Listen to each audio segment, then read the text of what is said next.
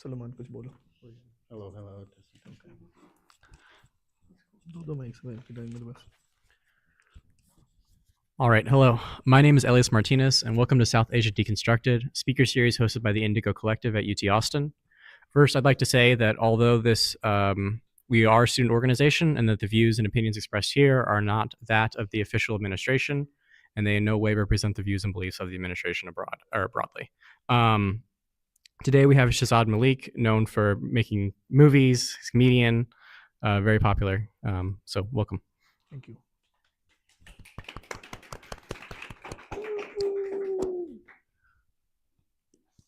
Okay. What do we do? So we can start with the first question. Okay.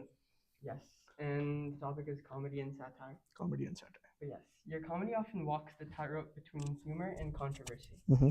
How do you decide which lines to cross and which lines to respect in a society as complex as like Pakistan's, whether it's Karachi society, and then also living in the United States and being South Asian as well? I think the thing with the comedy, at least, is that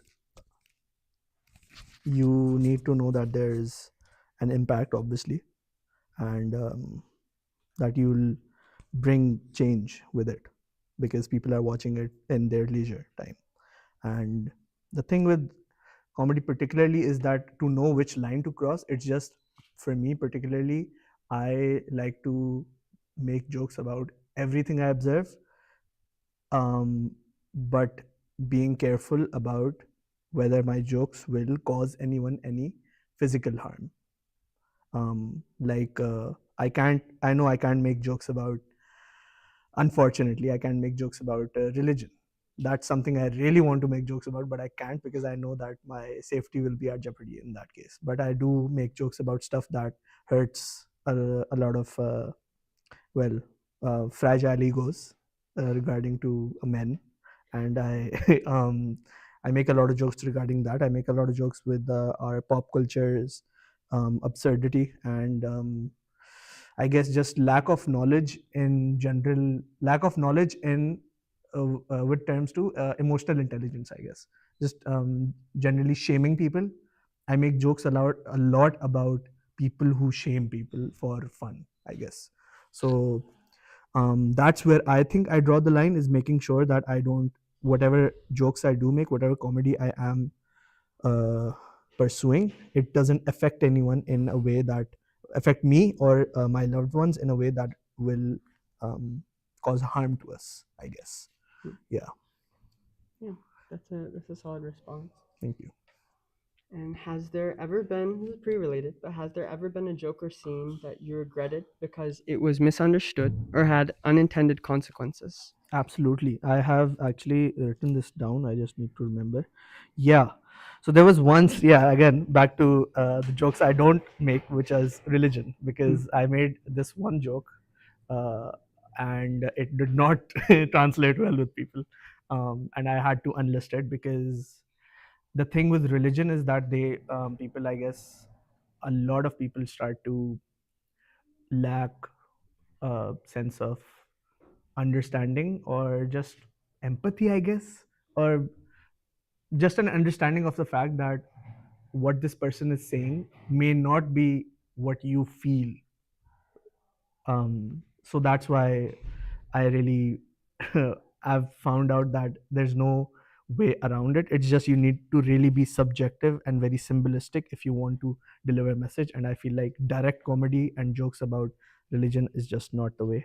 And that's what's happened with me, at least. I have regretted making jokes about religion because then I've end up getting death threats and stuff like that. So yeah. Damn, I'm sorry that you had to experience that. Yes, yes. Yeah, Yes. that's really stressful and scary. I know, right? Oh my god, it was so scary. But it was, I later found out that was just a 12-year-old kid. So I was like, okay, what can I do? The wonders of the internet. Yeah. Has being a comedian allowed you to talk about South Asia in some ways that being not a comedian doesn't allow you to? What do you mean? Like being a politician, you have to speak in certain ways. Does being a comedian allow you to speak or say things about South Asia that you wouldn't be able to? Yes, not being a absolutely, comedian? absolutely. Because if I think that like if I were to, let's say, stuff that I'm passionate about particularly is uh just two things, which is emotional intelligence and the shame, and actually three things, which is gender inequality. So I because I was raised in a household, I'm Sindhi, which is this province in Pakistan, it's Sindh. And the Sindhi culture is a very matriarchal culture in its origin. So we have seen us, the household I at least was grown in, there be respect given to women that they deserve, in an equal manner instead of a more misogynistic manner. And that's what I'm pretty serious about, because anytime I see stuff like that, I can use comedy as a form of art to deliver a narrative that I'm trying to deliver, to impact some sort of change through that. Because I mean, I can, if I were to say the same thing that I wanted to in a video where I would be talking that this is wrong, people wouldn't really take me seriously as much as if it was delivered in a more comedic way. It would be more relatable towards them. So absolutely, I feel like art is the most valuable asset to produce change in any society, I guess. Thank you. Who do you fear? We went over this one. Okay. So your work often highlights absurdities in society. Yeah. Have you ever had an idea that felt too like personally real or painful to turn into comedy? And how do you balance humor with harsh truths? Because like you've had through like your vlog series that you've been vlogging forever since you were so young. Yes. What either in the moment, like when you were younger, Yeah. right, when like you had this certain like this amount of vulnerability with your audience, like having a smaller audience when you were younger, Yeah. what were some of those things that those like that felt too real or painful? Definitely stuff having to do with my mental health, I guess, because I've struggled with depression and anxiety a lot. And delivering that in a way where it's like I don't I've struggled with this a lot, because the thing is that this is, after all, an art form of mine. It's a form of expression for me, and it's really hard for me to draw the line between where I'm being too vulnerable and where I need to protect some of the things I'm saying, because it is, after all, a digital footprint that I'm putting onto the internet, and it will stay there forever.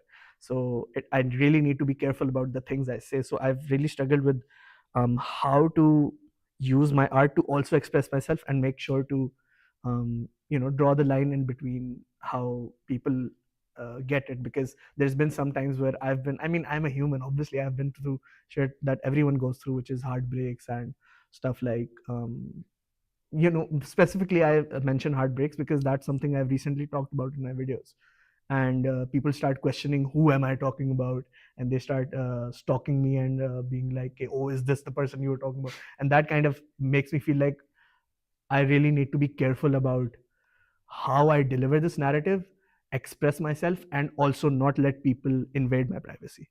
So I forgot the question, but I hope I answered it. You're good. You're good. The question was, your work often highlights absurdities in society. Yes. Have you ever had an idea that felt too real or painful to turn Yes. into comedy? And yeah, you talked about Okay. mental Let's health. go. And yeah, Let's go. perfect. Thank Okay. you so much. But yes, this one is on filmmaking and storytelling. Okay. But Pakistani cinema is in a state of reinvention. As a filmmaker, do you feel more compelled to entertain, provoke, or educate? Yes. Can you do all three without compromise? Yes. I feel like I need to. In my opinion, I personally believe that me and others like me are the change, are the people who will basically not even reinvent, but start a Pakistani film industry, because there is none. In my opinion, I haven't there was one, and it was for a very limited time in the early 80s, and then in the early 90s, and then in the early 2000s, and then it was just shut down, especially after this one movie, Khuda Ke Liye, because it targeted religion. And again, religion is a very sensitive topic for especially for Muslims, um, like me.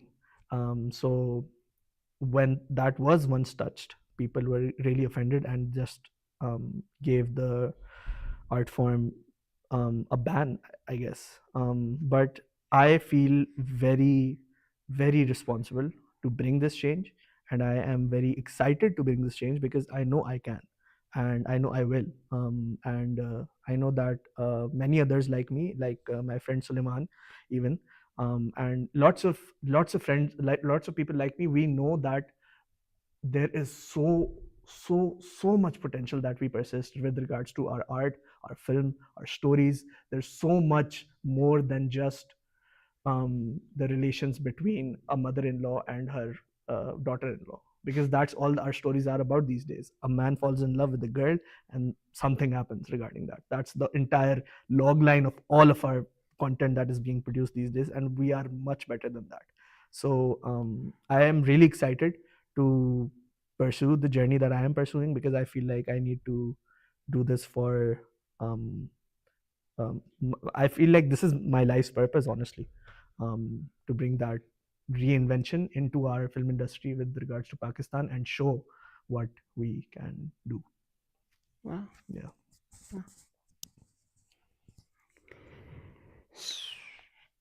If you had to, very related, but Hmm. if you had to make one film that Mhm. would be your final statement to the world, Yes.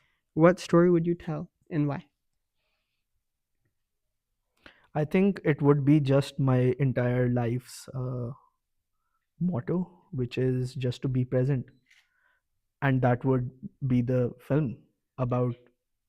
That would what would the film be about, is just to be present, just be right here, because that's what we struggle with in the modern age of technology and social media and just electricity, I guess, that we struggle to be here right now. um, Even right now in this moment, I'm struggling to be here. So it's just, I think that is the most uh, deepest and the most crucial suffering that we as humans go through, is being present, because we're anxious. So I guess that's what I would want to make my final narrative about, is be present and be here, and not just tell that, but show that in a way that it affects people and makes them be here a little more, I guess. And how would these themes be present throughout your work, your vlogs, your comedy? Essentially through symbolism, I guess, through highlighting things. I really like those movies that are so bad they're good. I really like them, specifically because they remind you of why we're alive, I guess. It's like it can be perceived as, bro, it's not that deep, but to me it's so fun, because seeing that some people are not taking things so seriously and delivering them in a more just a exaggerated manner. It's so beautiful to me. Like I don't know, like a movie like Home Alone. It's just so stupid, but it's so brilliant. Like, wow, there's just this kid stuck in a home. A real kid would just be scared, I guess, but this kid plans out this whole, and like uses different colors of crayons to plan on this chart paper about how he's going to trap all this. And it's so beautiful, the absurdity, the exaggeration of just this simple moments. So I think that is a theme that I really relate to, which is symbolism in ways like these, to just create stories about such little insignificant moments and create a movie out of it, or create like a show out of it, to highlight that these insignificant moments might just be a little more significant than you think. Are there any like uh, comedy inspirations from Pakistan, from South Asia, that you hold near and dear to your heart? um I really like this one writer, I think, that I've only heard of to make this one show that I used to watch when I was a kid. His name, I think, is Ali Imran, and Ali Imran is this writer that made this really stupid, absurd show called Nadania in Pakistan. It's like a soap comedy show which circles just this family of this husband and a wife and that husband's brother living together, and they just make these terrible, terrible, terrible jokes and throughout the series, and it's just like it's basically like a Seinfeld, Seinfeld. Seinfeld. Yes, sorry, Seinfeld. If it was like really bad, that's what that show is, and I guess that has been a core inspiration for me also to deliver my comedy, because my comedy is just very absurd in that manner that you know it's very stupid, and that's why I guess people are almost commenting stuff like why am I laughing at this. They question themselves laughing, and they question themselves finding something funny that I'm delivering them. But that's what I guess that's where my comedy style comes from. But yeah, the Ali Imran is a pretty funny dude, and then in India, I really like. There's this show in India again. It's like a serial, and it's still going on. It's called Tarak Mehta Ka Ulta Chashma. I feel like it's the Mhm. most underrated show ever, even though it's really overrated. But I feel like people underrated even.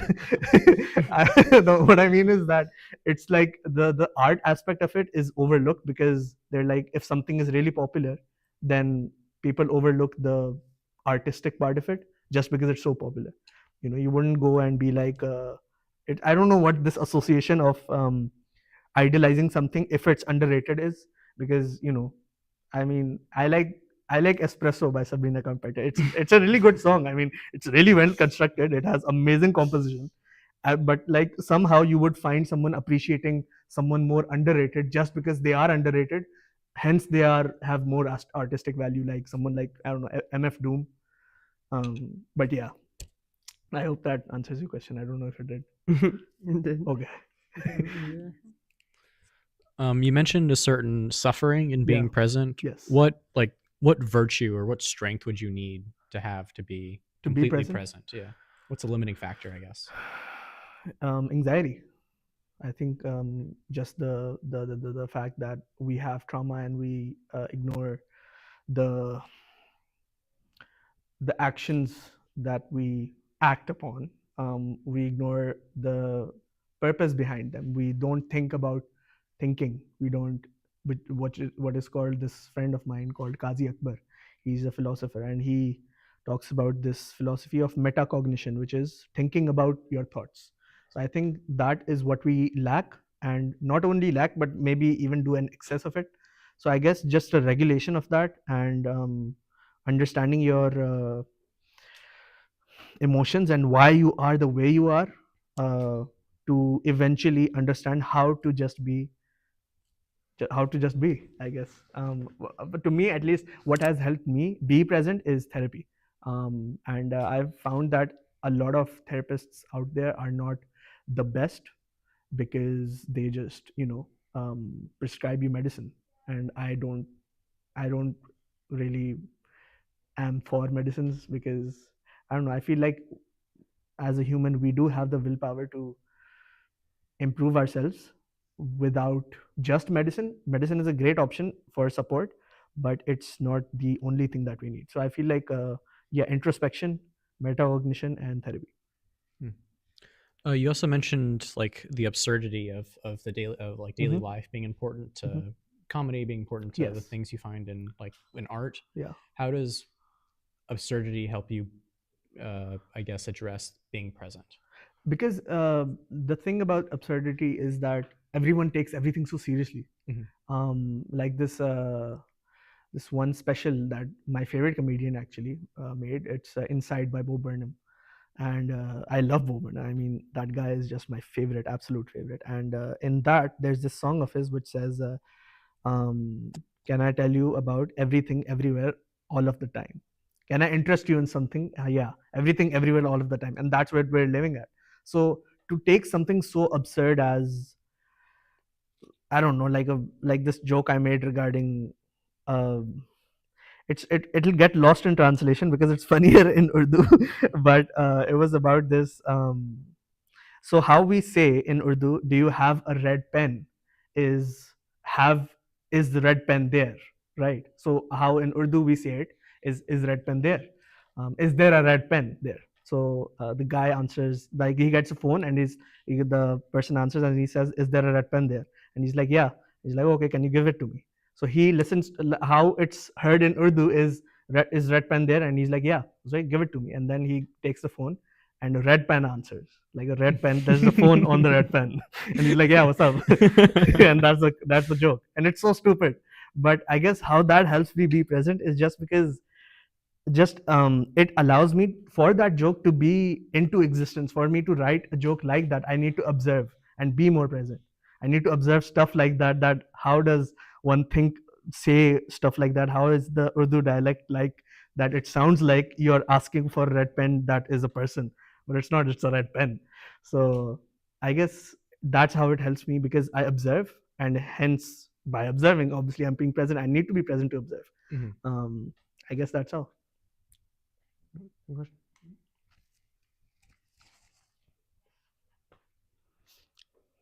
You've observed Pakistan's social and political evolution closely. Yeah.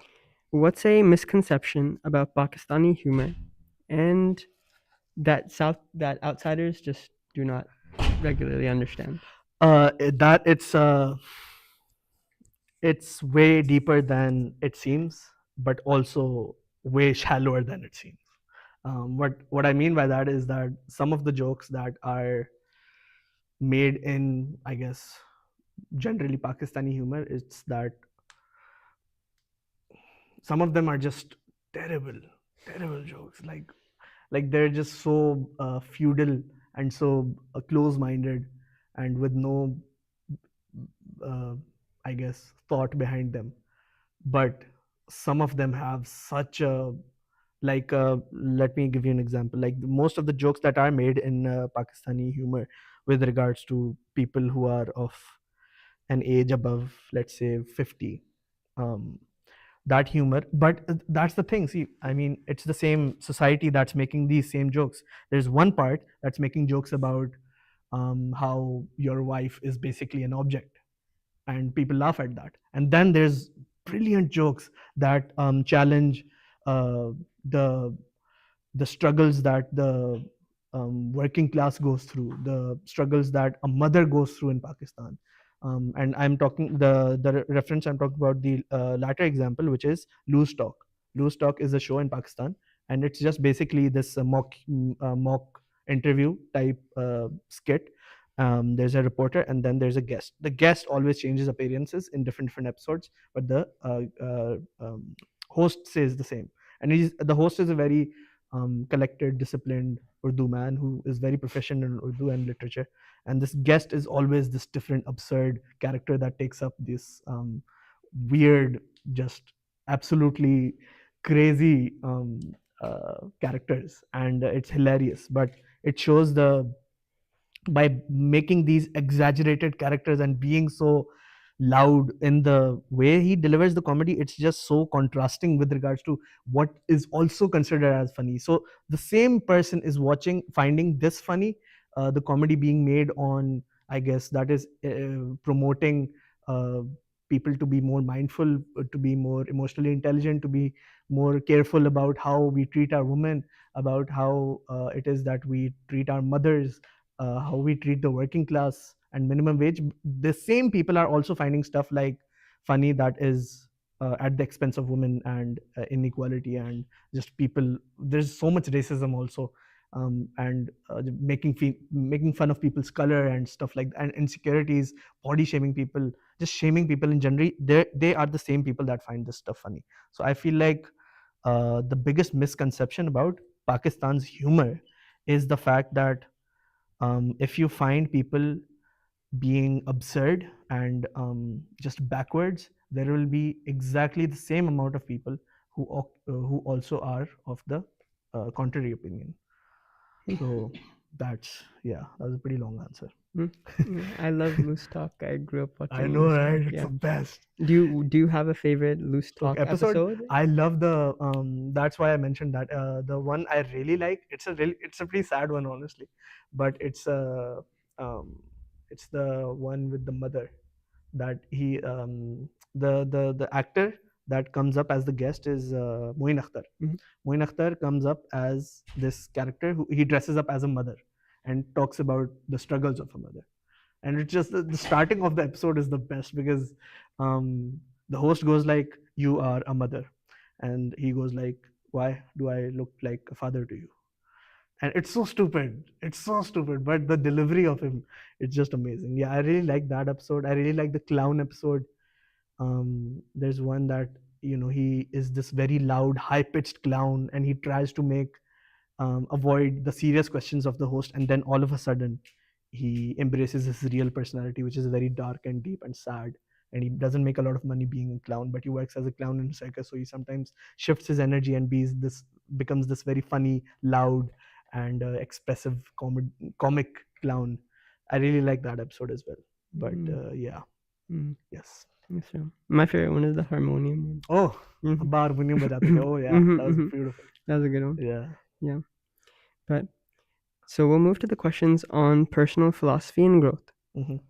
So you've talked about your relationship with Islam in your life and how Yes. it's changed and adapted, Yes. using your experience with going on Hajj as an example for your vlogs. Absolutely. So it's like you've had like you've been raised, like growing up in Karachi, like Mhm. how has your relationship with, especially coming to the United States 6 years ago, Yeah. how has your relationship with Islam affected like your relationship with art and with like um generation and creation? It has only increased it. I mean, I was really at an agnostic point in my life in during the years of, I guess, 2017 till like COVID times, like 21, 22, I guess. That's really when I was pretty sad. I made this film about my depression also and my lack of faith in Islam. But then I rediscovered it through just it was such a simple method of that's a deep story, but it's a very long one too. But I'll answer your question because how art has affected it is the relationship between both has been so intertwined and they're so dependent on each other, in my opinion, because I feel like this is my this is my purpose in a way, because I want to create films to live. I mean, I find no other purpose, honestly. This is what I want to do, and the way religion and my faith has is when I lost it, when I felt like I didn't have any of it, I still went ahead and made a film about how I didn't have it, and when I still had it, I went ahead and made the video you were talking about, the fall and rise in faith in Islam.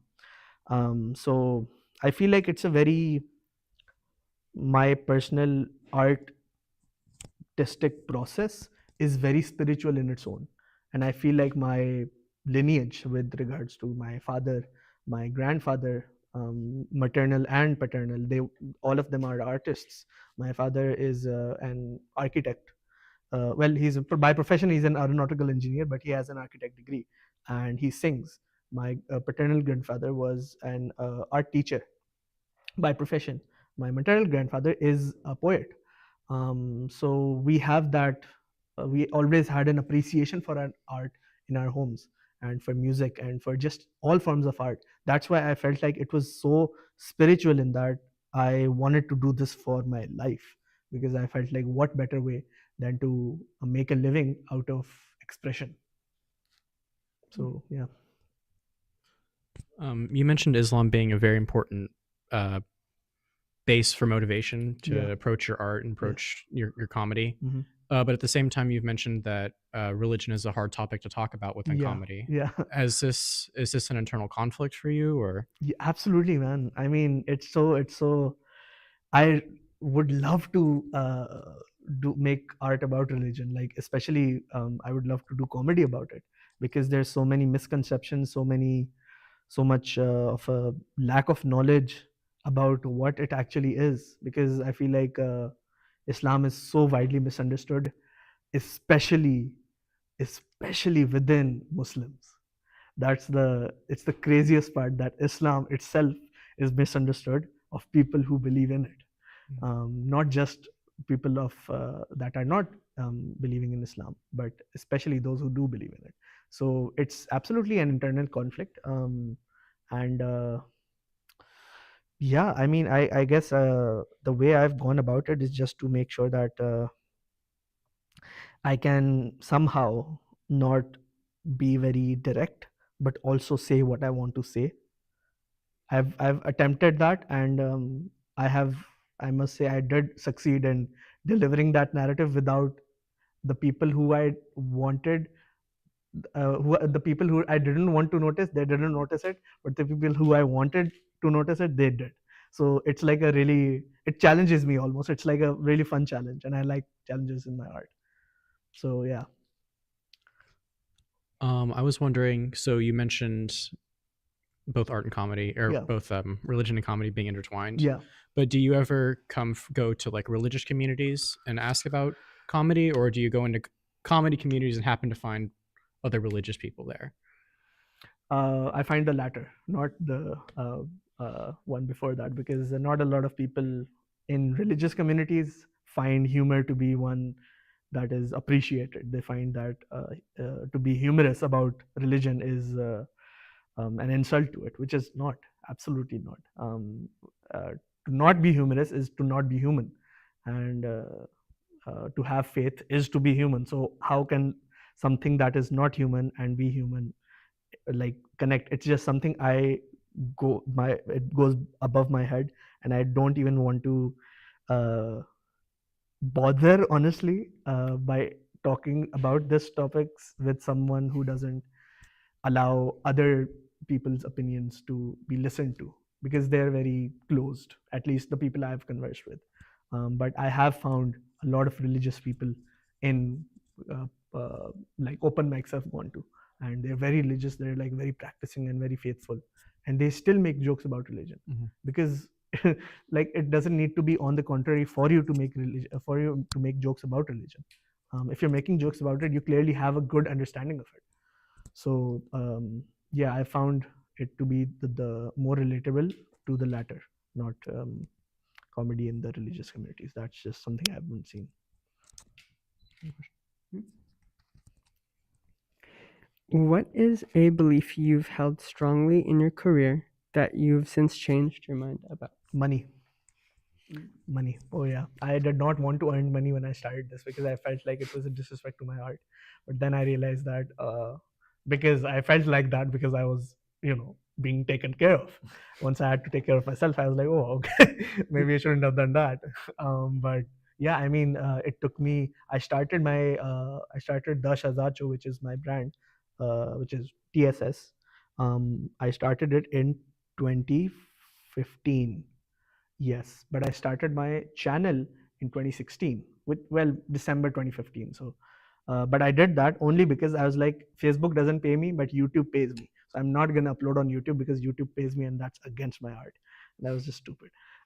Because earning, I felt like me receiving a monetary benefit from it will be disrespectful to my art, and something that I don't want to do, because I don't know, man. I was a kid, but that's something that has hugely changed me, because it's something that unfortunately even we need to survive. Money. And if any, how has it like affected your relationship with the process of creating art? Oh, wonderful question. Okay, yeah, it absolutely has. Because I couldn't. I want to do so many things, but I can't, because I know that I have to do certain things to make money, and because I'm doing those certain things, I can't do these things because these things don't get me money, but I still need to do them to fulfill my artistic integrity. So it's like a real conflict.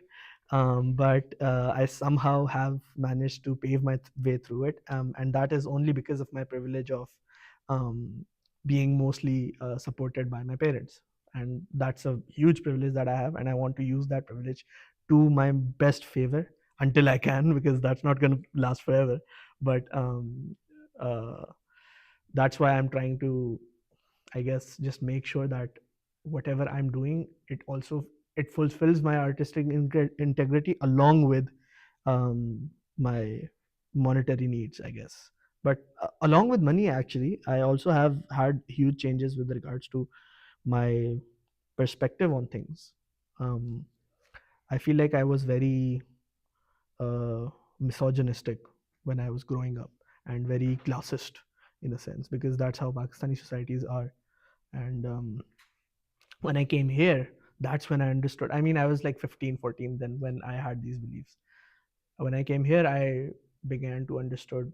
I mean, because I don't have a lot of friends, I don't socialize a lot, even though I would like to.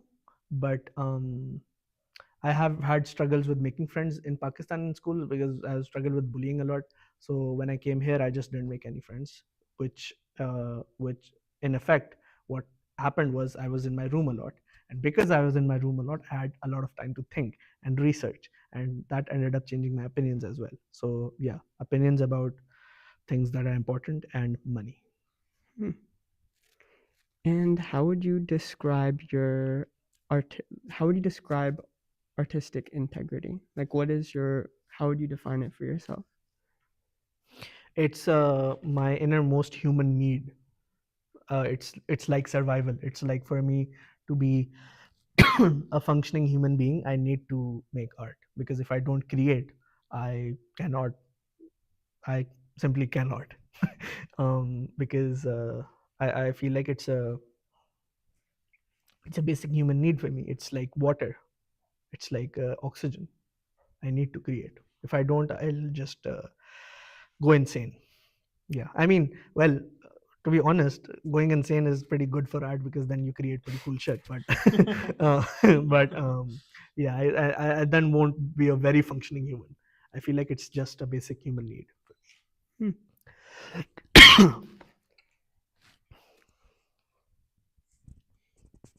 Do you feel like that drive to make art is something unique to you, or you think it's just part of the human condition?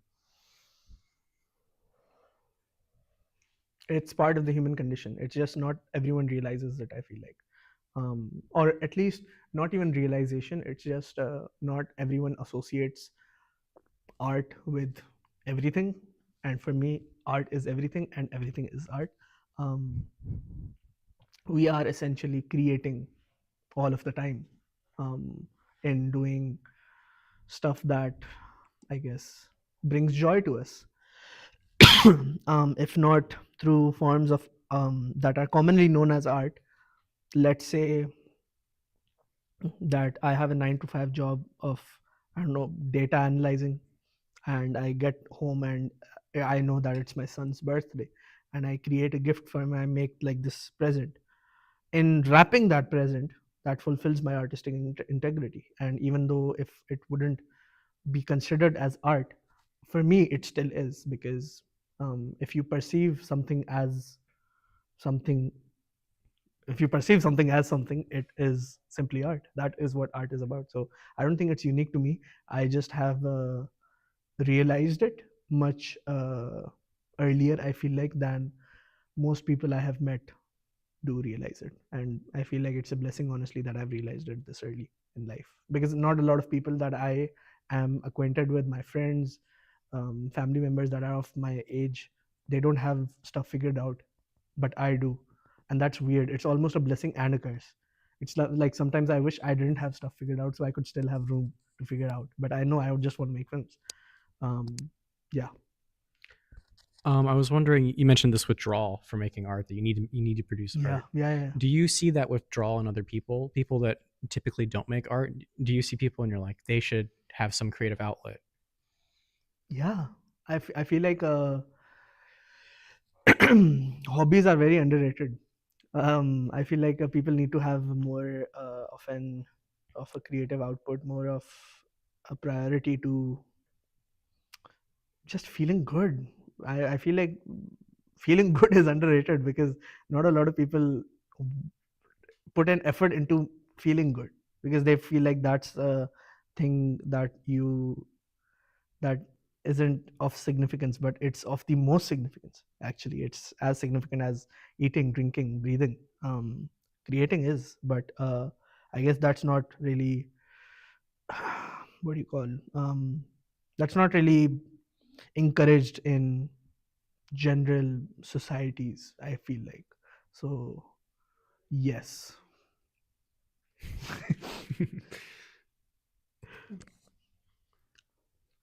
This is a two-part question, Hmm. but how has like living and growing up in Karachi, Hmm. and then later on Hmm. coming to the United States, living in Los Angeles, living in like Houston, Hmm. and then becoming part of like, you know, like when you're living in Karachi, it's like the context of living it, being part of like a diaspora, you know, like South Asian Yeah. Desi diaspora, Yes. right? It changes when Yeah. you've been here and Yeah. when you live here. Yeah. Like, how has that process, both processes of when like you first lived Yeah. and when and grew up in Karachi, and like when you're dreaming or you're thinking of art and the things that you want to create, how has that process changed for those two contexts? Those two contrasts being Karachi and then US. US, yes, Okay. and being part of like South Asian diaspora. I feel like if I was in Pakistan, when I was in Pakistan, I didn't have access to a lot of information, or just the fact that there are other forms of art. Um, because when I was in Pakistan, I wanted to be an actor, and I saw these YouTubers or just Facebook creators, I guess I would call them, in Pakistan making videos and making funny videos, and that's what I thought I was supposed to do, because that's what everyone else is doing. In Pakistan, it's just like you need a. It's how our society is shaped is that we are created in a way where we are taught that we need someone to look up to for us to create something. We can't create something on our own because we're not capable. We need some famous person with power to motivate us to do something.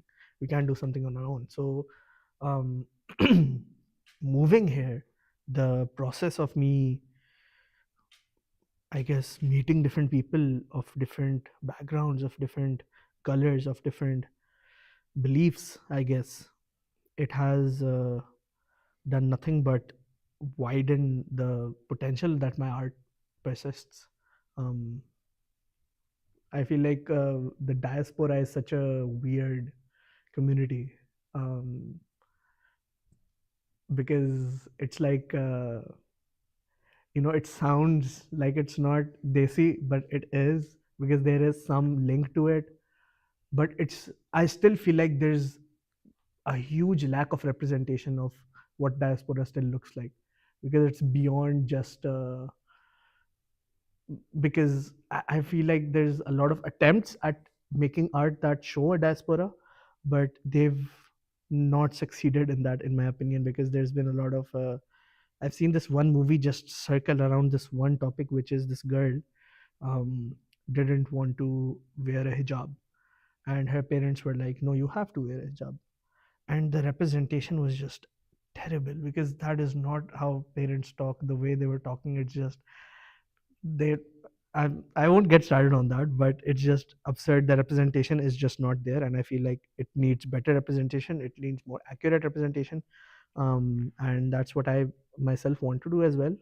Um, but it has changed drastically, the process, honestly, because American Pakistanis and then Pakistanis, there's just a huge contrast difference, and they almost sort of get an ego when they're here because they still have that colonial mindset in them.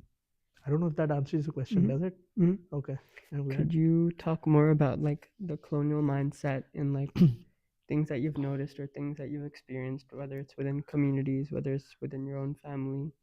Yeah, I feel like the thing with us being Pakistanis is that when we move abroad, or as a community at least, what I've seen is that they don't interact. We don't interact with people other than um, people that are like us, that look like us, that speak like us, that are from places that we are from. There's nothing wrong with connecting with them. It's just that they stick in that same community, and that what that does is that doesn't allow you to grow. And as an effect, what that does is it just stops growth.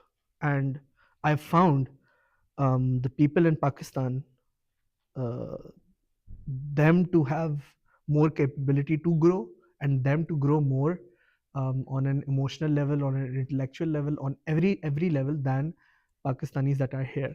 And that's what I found, because I found that they stay in these closed communities and don't expand with anyone else. They want to just be with people of their own, people that are like themselves. And that's something that I have just really been sad about.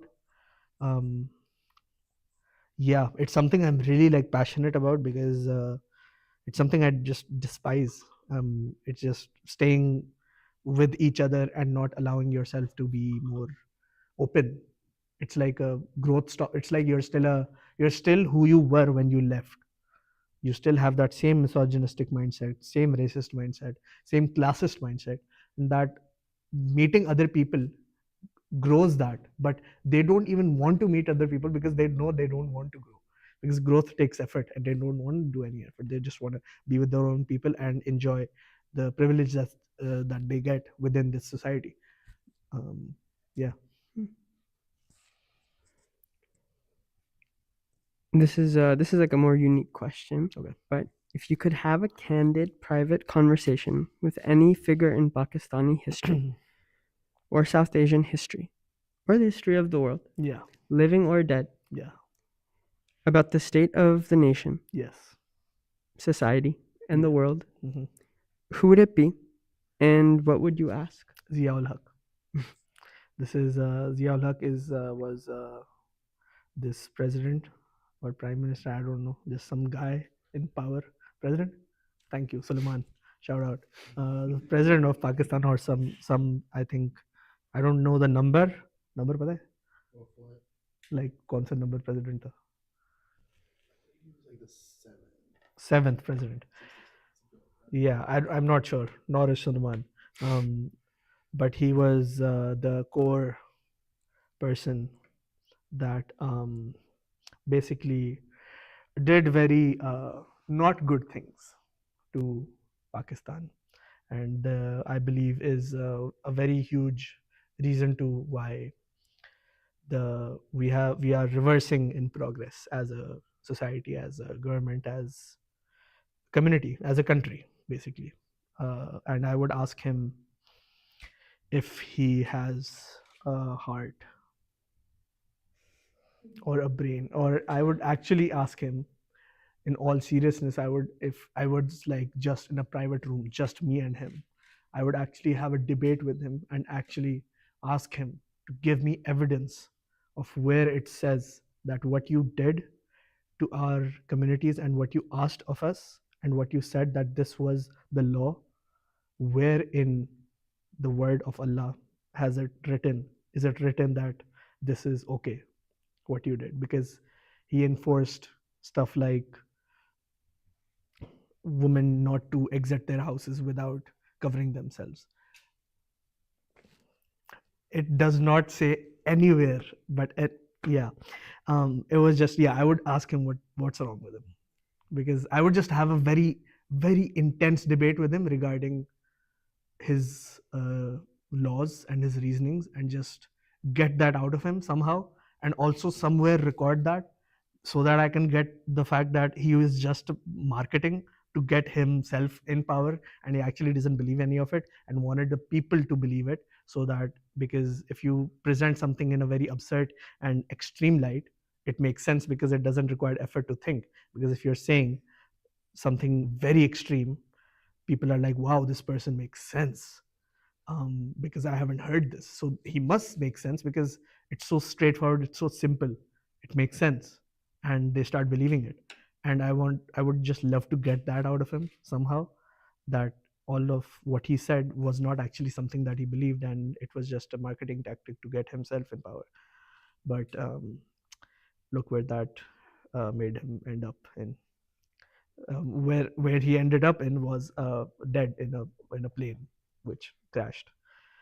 But yeah, Hmm. yeah, Yeah, related question. But yeah.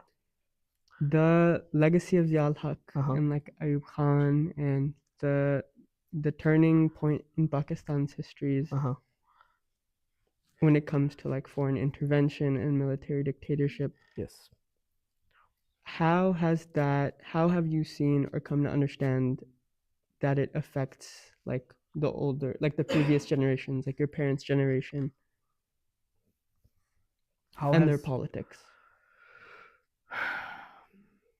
I I mean, I'm really privileged and really blessed and really glad that my own personal lineage, I guess, with regards to my father, his father, they had the, I guess, capacity to understand what is happening and didn't fall under the philosophy he was trying to infuse in people, and they stood against it.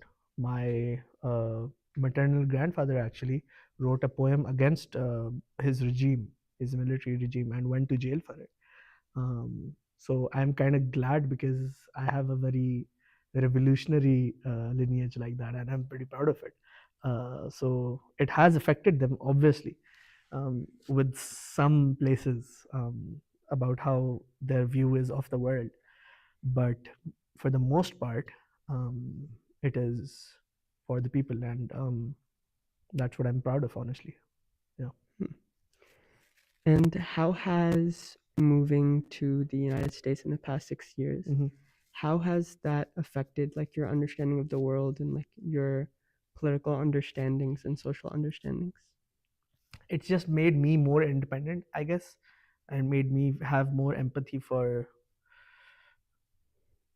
everyone. I mean, I didn't have a lot of empathy for anyone who did work, basically. Any work that requires, that is considered as, I guess, service. um, I didn't have a lot of respect or empathy for it. But after I came here and I learned that your trash is supposed to be thrown, I was like, what? That's crazy. I never knew that you were supposed to throw trash, man. But apparently you are. And I was like, wow. And you're supposed to throw your own trash. Damn. You're supposed to wash your own clothes. The the maid doesn't come and do that. Wow. So stuff like that, it really helped me be more humane, I guess, and adhere to the basic human need of being kind.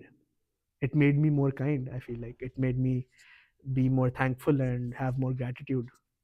Uh, yeah.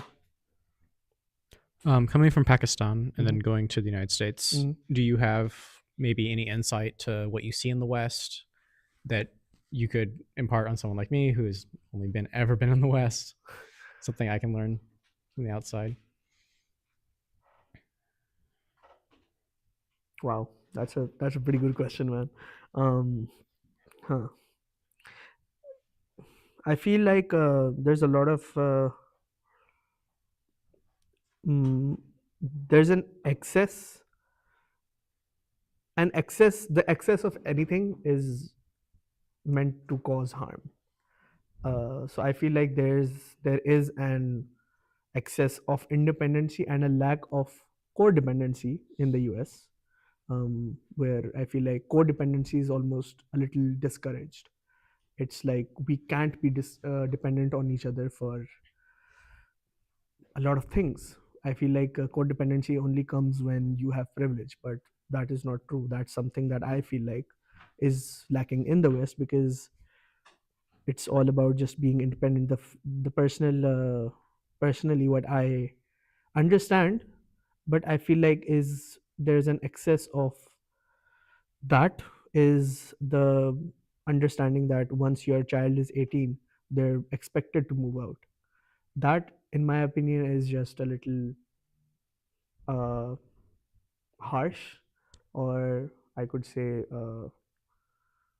yeah, I feel like it's just something that is not in our culture, and that expectation comes. That expectation, honestly, is just never there. Our parents think we're gonna be with them forever, and it's understandable, and it's it's honestly it's understandable, and that's the fact that it's not here is a little strange to me, and something I have understood, but it's something I feel like is something that is needed here, which would, I guess, establish culture. Culture is missing. I feel like culture, traditions, and the motivation of being dependent on each other, because humans need humans. Coming from a more like upper class upbringing in Pakistan, Yeah. what are some opportunities that like people seeking comedy Yeah. that you know or have you've been able to work towards like assisting or distributing like resources or advice or any sort of assistance to people of lower class backgrounds with In, comedy and filmmaking in Pakistan or in the United States? or in the United States? I mean, I have been able to definitely bring what I have learned to light by making videos about how I make my videos, about doing workshops in Pakistan, doing, I guess, collaborating with them, doing organizing events where we can meet and talk and potentially even work together. I feel like that's one thing that I mostly have done to encourage that. The fact that I mean, props to, honestly, my the inspiration behind my vlogging journey has been Pakistan's most successful YouTuber, in my opinion, which is Irfan Junejo. Irfan Junejo is Pakistan's most famous and most esteemed, most respected vlogger. He was a vlogger. He doesn't vlog anymore, but he makes YouTube videos, and he was pretty influential in Pakistan. And what he did was, what his narrative was essentially was that equipment does not matter, your story does. And he used to start, his first month of vlogging was on his phone. I guess that is what um, him and people like him, which is me, have done to make sure that people know that to create art you do not need privilege, you just need to create. And with the resources you have, you just need to have a good story. And that has resulted in a huge creator industry in Pakistan, and establish a creator economy which has been able to support them. So I feel like the more we have created, the more it has ended up motivating people that feel like they need privilege to create, which in fact they don't. That's what I feel like I've done with creating um, my videos. Yeah. When the history of Pakistani filmmaking, comedy, and artists is written 50 years from now, what roles do you hope that your legacy and your name will play in it? um, I'd like to be the best. Yeah, I'd like to be the best filmmaker from Pakistan, and yeah, I mean, I'd like to direct, I'd like to write, to edit, to even potentially act. I can't for the life of me shoot. That's what Suleiman is good at. But yeah, I can. I'd love to direct. I'd love to write. I'd love to edit. I'd love to act, even maybe even sing, might rap, um, make jokes, and just be honestly the best director I can be. Yeah, Hmm. hopefully, hopefully. And how would moving forward would you do you plan on adapting or changing or improving your relationship to like social and political issues in your art? How would I, sorry, what? How would you, how in the moving forward, like in the future, Mhm. how would you seek to adapt or change or improve your relationship Oh, to okay. political and social issues? Right. I mean, there will be a huge, because I feel like art is essentially the root of a society, in my opinion. I know a lot of people might disagree, but I feel like art is everything responsible to improve or absolutely be the disaster of a society. I feel like art is why um, I feel like art is why people have fun. It's the source for people having fun. So through my art, I intend on delivering such narratives that would essentially change the entire structure of our society. I know it's a big like dream, but I like to dream big. So I guess that's what I'd like to do. And the more I guess privilege I start to develop, and more reach I start to get, more eyeballs I start to have on me and my art, the more I feel like I would be motivated to talk about the issues that are affecting humans across the world. I really want to make art about that without being too pushy about it, because I feel like making stories about just this story is about an issue is just something people don't want to see. People just want to have fun, and while having fun, if they get taught something without knowing that they're being taught something, I feel like there's no other better thing, that and that's what brings change. So through my art will be responsible to bring change, hopefully, and that too of a positive one. Yeah.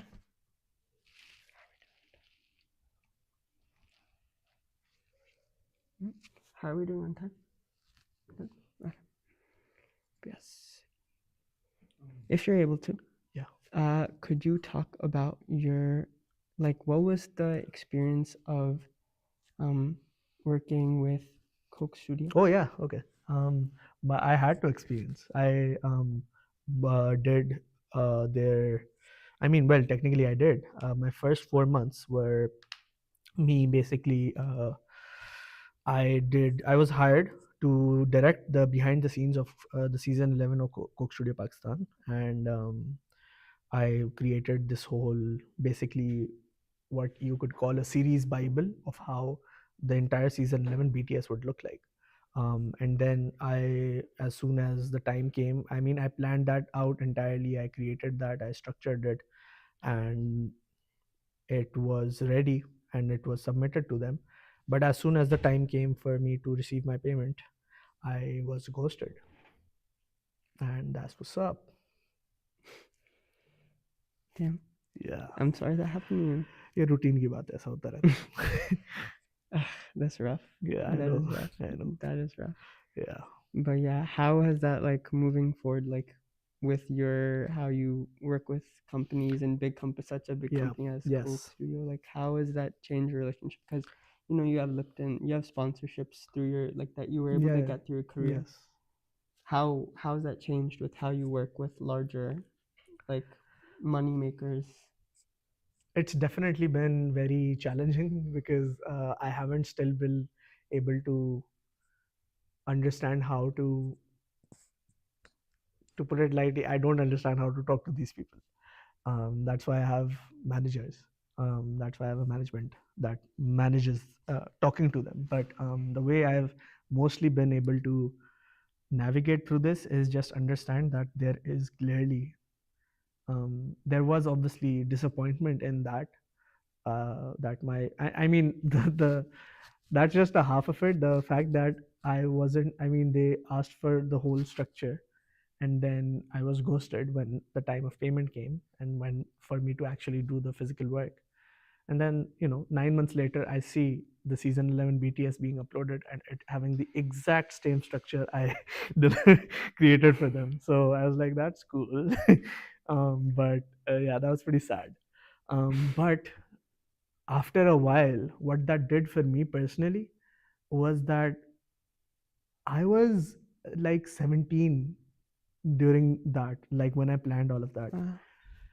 And for me right now, it's to imagine that if I could create something at the age of 17 that a company big as Coke Studio wanted to steal.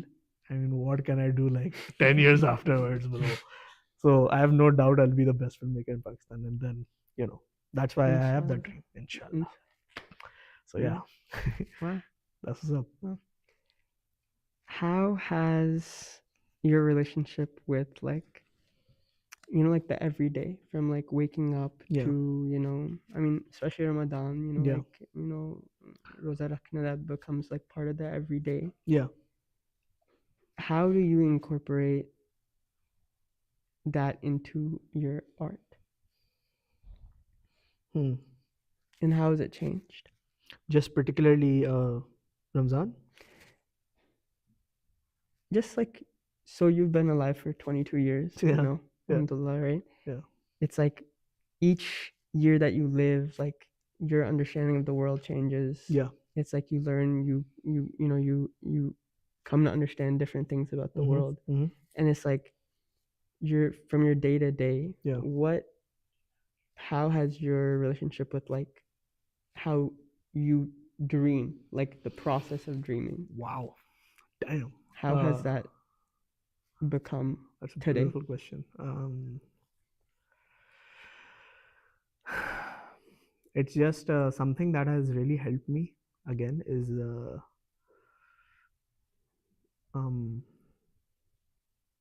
being more respectful towards myself, because that's something I've personally struggled with, is self-respect. I respect my work a lot.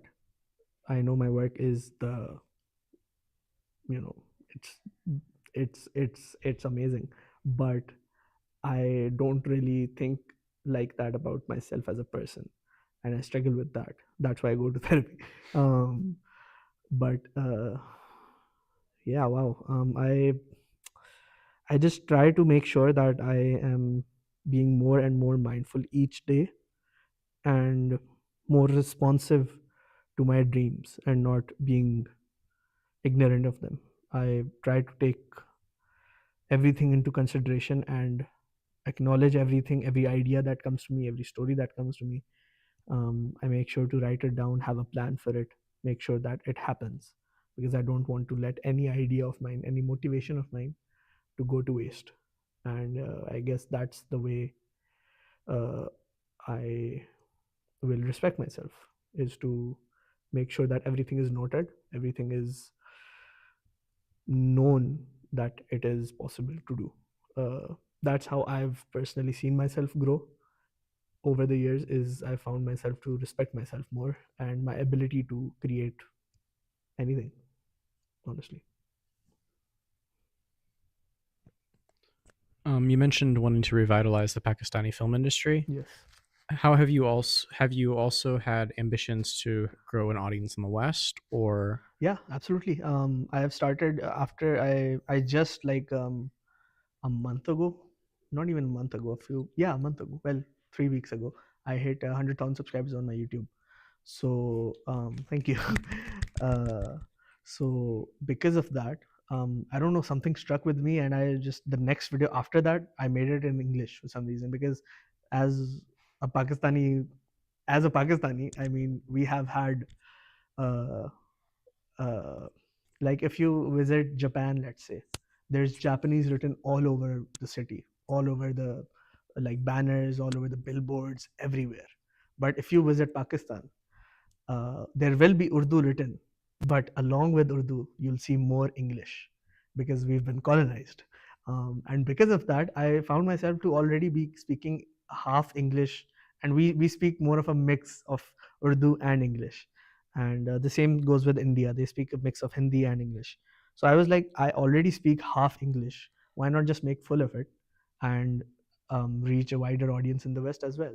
And that's my approach towards making sure that I reach that, because the stories we have, I have never, and it's really exciting. That's why it's so exciting and so motivating, because I have intentions of writing stories and making stories that I have just never seen anywhere except in my brain. That's all. I mean, that's why I'm so excited to create, because I know that it has the potential to reach wider audiences, even if it's not in English, because Squid Game isn't in English, and it's still the most grossing show that Netflix has ever created, and it's Korean. So I feel like if art is delivered in the most perfect way that it can be delivered in, it'll reach its audience no matter the language. It will reach it, and that's my intent. Obviously, I'm not trying to be only, my audience is everyone. It will be everyone. It has been everyone, and it will remain everyone. Because yeah, I guess that's just, I know that's just the power my art persists. Hmm. So yeah, that's what I intend to do. Why do you think that Pakistani films have paid so much attention to like the domestic setting? You mentioned, Yeah, yeah. because that's where they feel like the money will come from. That's it's just a business. It's not, there's not a lot of art to it. Even like very esteemed films, like let's say the greatest films we've made are Khuda Ke Liye, which translates to in the name of God, and then Bol, which translates to just speak, and then we have Zindagi Tamasha, which is the circus of life, and then we have Joyland, and all of these brilliant movies, and all of these are brilliant movies. I feel like they are the they make me proud that these films were Pakistani, but they still had a domestic setting, specifically because that's where I guess the money comes from. It's for the first two movies I mentioned. Well, Joyland was premiered worldwide, and it received awards internationally. I'm pretty sure it received award at the Cannes Film Festival. But um, films like Zindagi Tamasha, it was about this Islamic clerk who just had a who just wanted to have fun and was shamed by the Pakistani society for that. The only reason, the other films that I'm not talking about, like films that are made by people who make the shows in Pakistan, the shows in Pakistan are amazing. But the thing about it is that they're of the same storyline as I mentioned previously. But the people who make the shows are the ones who are making the films as well, and that's why they do that. And the reason they target those films to a domestic audience is specifically because they know people will come to watch it. And the reason they don't make different stories is because they know that no one will watch it, because they know that their audience is there to stay, and they just want to see the similar dramas just in different flavors. That's all. The similar stories, the same concepts, the same actors, the same um, I guess topics highlighted, just in different packaging. Because they know that the problem isn't them. The problem is that people don't want to watch anything else. But that's not really the problem. People are willing to watch other stuff, but they're not willing to take risks, because taking risks means that we might not earn money, and why would they want that?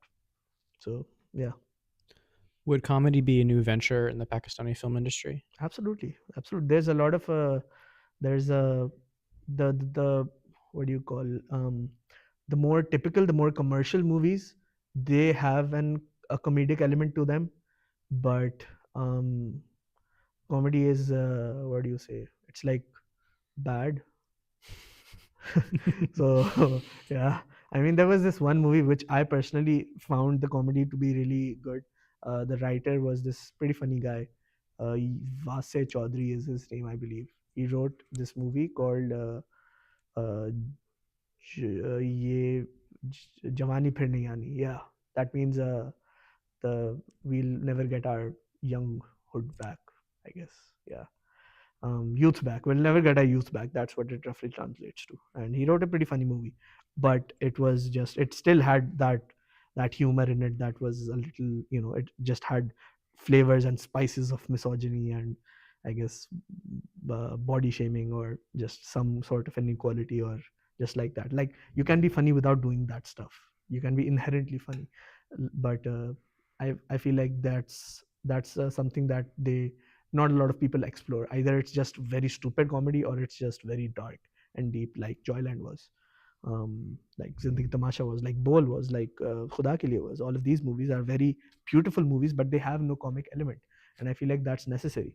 And comedy in Pakistan is very underrated, but the people that are in power that do use it are not good at it. Yeah. And do you think the film industry in Pakistan represents? Does it support like an economic interest, a political interest, a cultural interest? Yeah, all of those things, absolutely. Because um, again, they realize the power that art has, and they don't want to create anything other than what they are already creating, which keeps people in that closed minded space and not go beyond that, because if they do, then that will mean that it'll be just pretty harmful for them in an economic sense. Yeah, it's just motivated through, mostly it's just a monetary benefit for them, just so that they can earn money. Yeah. And so, do you think comedy as a genre is mutually exclusive with maybe sincerity, with talking about things that matter, things that are important? Yeah. um yeah, absolutely. Comedy, there was this show that recently they made in Pakistan. It was called, I think it was called a Stand Up Girl. It was about this girl who wanted to do stand up comedy in Pakistan, and it was really well written in that sense, that there was this narrative about, so basically in that show, what they show is that there's this girl who wants to do stand up comedy and who moved out from their parents' house, and she lived in a very well upper class setting, and she moved into Lahore in a house that is very, it was a very small closed house with no privacy, with a family that had no sense of privacy, no concept of it, but they were very kind and very familial. And she would go out and try to make money, try to make a living, try to find the purpose of her life, and come back to a house whose biggest issue would be what to make for dinner. So it would be very absurd in that sense, but it was so beautiful. And I feel like it highlighted a sort of beauty and a sort of sadness to our societies, because that's what mostly we are, that our issues start from breakfast and end at dinner, and we don't look beyond that. And it's beautiful, but it's also sad that that's all we care about, because there's so much more to care about, there's so much more to think about, there's so much more to articulate about, but we choose not to. So it's beautiful and sad in both. But yes, I feel like comedy has that huge responsibility to deliver narratives that otherwise would not be taken seriously. Mm-hmm. Could you talk a little bit more about how comedy and tragedy are intertwined? The thing with tragedy is that tragedy, suffering, they, all of these unfortunate things that us humans go through, if talked directly about them, people don't really take you seriously. People don't want to listen to that because it's just sad. It just sounds like whining. It just sounds sad. It just sounds like you don't want to hear any of it, even though you are in that state. It sounds like stop doing that, but you are in that state. So comedy, what comedy does is it essentially makes an absurd version of it, makes an exaggerated version of it, for the person receiving it to take the message that is being delivered in a very lighter manner, so that it can be taken seriously. It's insane how something so serious can be taken seriously, only delivered if delivered in a very light comedic manner. It's almost like contradictory, but it's beautiful, I feel like, and it's very important. Yeah, I even made this reel about how there was this mother, and this child was like, mom, I really don't like it when we're in like this party, and you called out our cousin for gaining some weight. And then the mom starts this lecture on how her son doesn't want her to live, and her son wants her to die, and because of that narrative. And It was it delivered a very funny narrative. It was delivered in a very funny way, but it almost had a very deep thought to it, deep message to it, that translated well to people and almost understood that, yeah, this happens in my house too, and it relates to them. Comedy just creates relatability, and when relatability is perceived, it almost feels like I am being understood, even if it is about a dark topic, and that delivered in a very absurd comedic manner makes them want to share it because it's relatable, but it's not very dark, so it doesn't seem like you're being judged. Yeah. Thank you much. Thank you so much for sharing, Shehzad. Thank you for Of course. visiting. Thank you for like being so willing to speak and share your story and your Of course. experiences Thank you so and your much, Ravi. process of creation and your art. Yes, big thanks from Indigo Collective Thank at you. UT. Thank you for having me, honestly. Yes, and yeah, that's all.